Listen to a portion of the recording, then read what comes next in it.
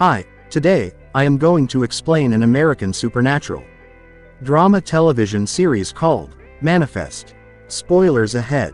The Stone family is at an airport in Jamaica, waiting for their flight back home to New York. The airline announces that because of a booking overload, some passengers will have to transfer to Flight 828 that will take off a while later. A police detective, Michaela, her brother Ben, and his leukemic son Cal decide to take Flight 828 while the rest of the family fly home early. In the following scene, the trio are already in Flight 828 and are waiting to land. Suddenly, a storm appears out of nowhere, making the plane go through aggressive turbulence.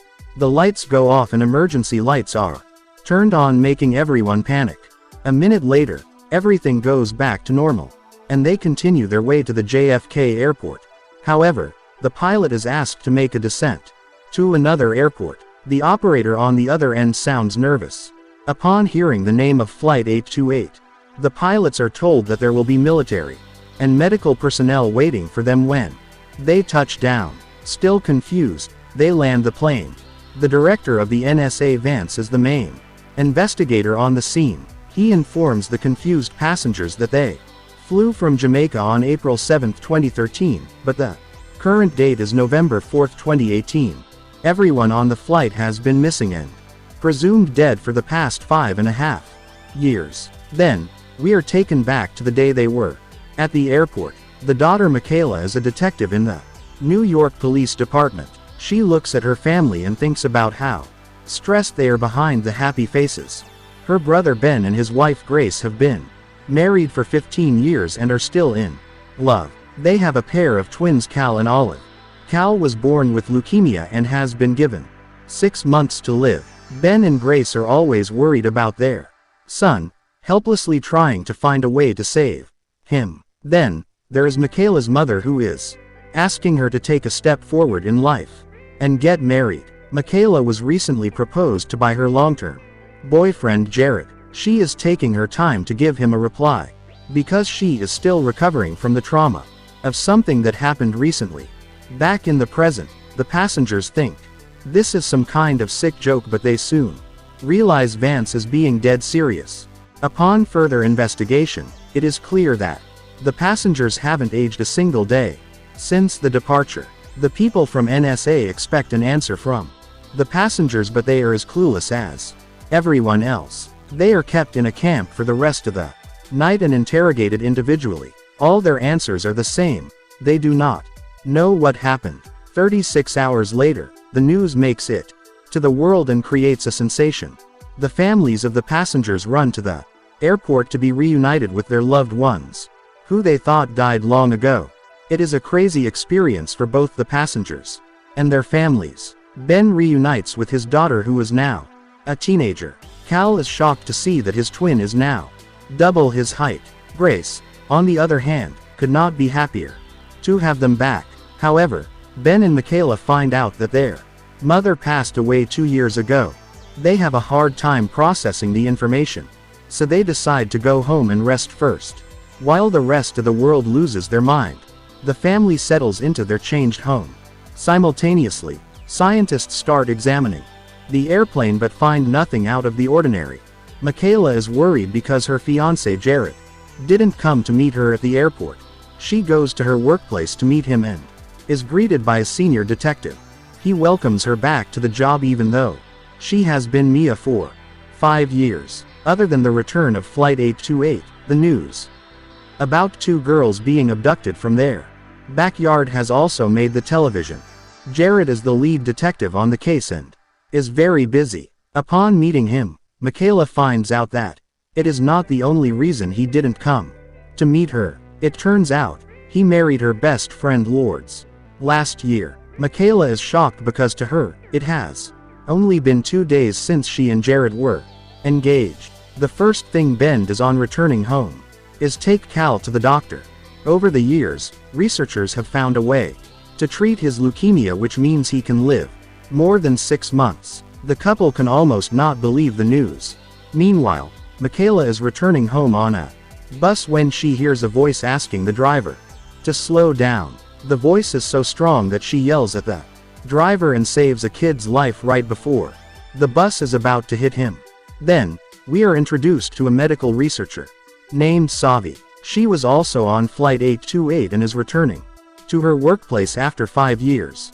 The research she submitted right before her disappearance has been in practice for the past 2 years and has cured cancer. Her coworkers throw her a surprise party, welcoming her back. The next morning, Michaela goes on a run and comes across 2 dogs barking at her from inside a gate. She hears the calling in her head for the second time. This time, the voice asks her to let them free. She thinks about it for a second before continuing to jog. Hours pass and it gets dark, but the voice doesn't go away. At midnight, Michaela goes to the dogs again and is joined by Ben a while later. It turns out he also heard the same calling as she did. They break open the door and let the dogs free, but decide to not tell anyone about the callings. The entire world's eyes are upon them, so if they say something strange, people might want to perform experiments on them. The following day, the police find security footage of the incident. Jared keeps it on a low to keep Michaela out of trouble. He asks her why she let the dogs free, but even she doesn't have an answer to that. They find the dogs and go to the owner to apologize. In the meantime, Ben tries to mend his relationship with Olive, going to her football games and catching up with her life. They decide to take it slow because, after Cal and Ben's disappearance, Olive had to go to therapy for many years. As soon as Michaela gets closer to the dogs, she again hears the voice asking her to set them free. Jared talks to the dog's owner, explaining the situation to him, but Michaela cannot focus because of the voice. She suddenly breaks open the door to a room out of pure instinct. Inside are the 2 girls who were kidnapped a few days ago. The voice had been asking her to set the girls free, not the dogs. Jared is shocked, but he doesn't have time to comprehend what happened because he has to arrest the kidnapper. The police force believes Michaela is ready to continue her job since she was able to solve the case right after returning. They allow her to come to work but put her on desk duty for a few days. Somewhere else, Ben and the family are playing a board game together. Grace gets a text from her boyfriend saying that he misses her. She was in a relationship with a man before Ben's return but doesn't have the guts to tell him yet. At the same time, some passengers on the flight get a slight headache and something in their hearts tells them to go to the airport instantly. When they arrive, they are shocked to see each other, knowing that all of them had the same urge. Suddenly, the airplane explodes into pieces without anything triggering it. When the NSA finds out that 20 passengers were present at the scene, they are brought in for interrogation. All of them give the same answer, that they just felt like coming to the airport. They are let go after 10 hours of interrogation, but the officials keep a close eye on them to make sure they aren't hiding something. At breakfast the next morning, Jared hears a specific tune playing in his head. No one else hears it, which makes him question his sanity. Following the eventful morning, he and Grace bring Cal for chemo where they meet Sanvi. Upon finding out she was also in 828, they are shocked because Cal is being treated using her discovery. Meanwhile, Michaela goes to work and finds Lords. They used to be best friends, but this time, Michaela cannot get herself to talk to her.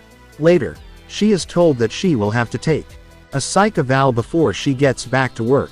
Ben is crossing a signal when he hears the same tune again and decides to follow it this time. He reaches a street singer Rad who was also in the fight with them. It turns out that Rad left his 13-year-old son with his neighbor when he first boarded the plane. Now, he has found out that his son Audio is in jail, but no one is letting the poor man meet him. Jared has been called to him, which means he has to help Rad. Using his connections in the NYPD, he arranges a meeting between Rad and his son. Audio has been arrested for stealing from a jewelry store he works in, but he insists that it wasn't him. The guy might be lying, but something tells Ben that he is not. At home, Ben tells Michaela to keep the callings a secret from Grace as well. He doesn't want her to feel like he is any Different from the Ben he was 5 years ago. Especially because she has been trying to keep her distance when they are alone together. The next morning, Grace gets a call from her boyfriend who is urging her to tell Ben the truth. As she is explaining the situation to him, Michaela hears her. She promises to not tell Ben but asks Grace to quickly figure out what she wants to do.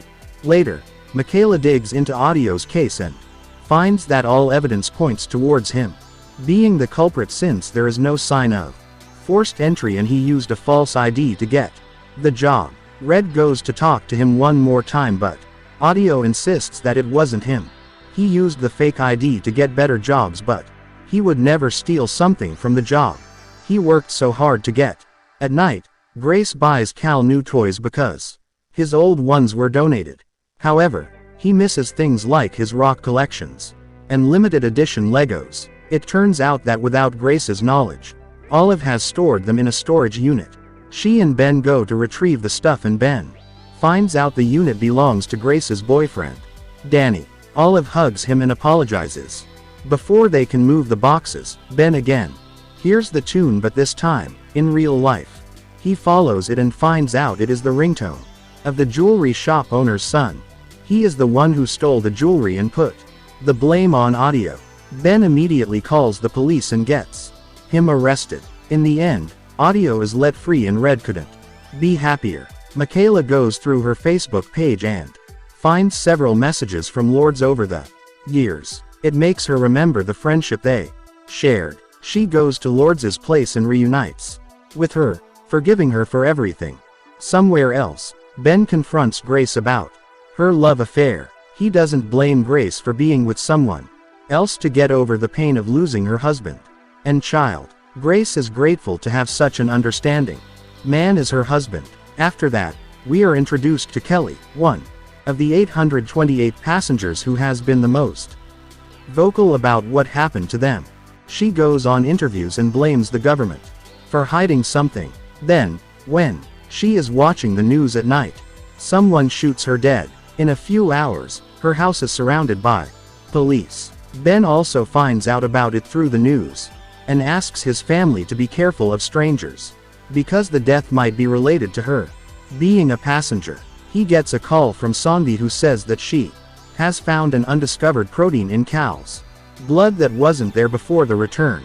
They decide to keep it a secret before she does more research to find out what exactly it is. Following the call, Michaela and Ben go to Kelly's house to investigate the murder.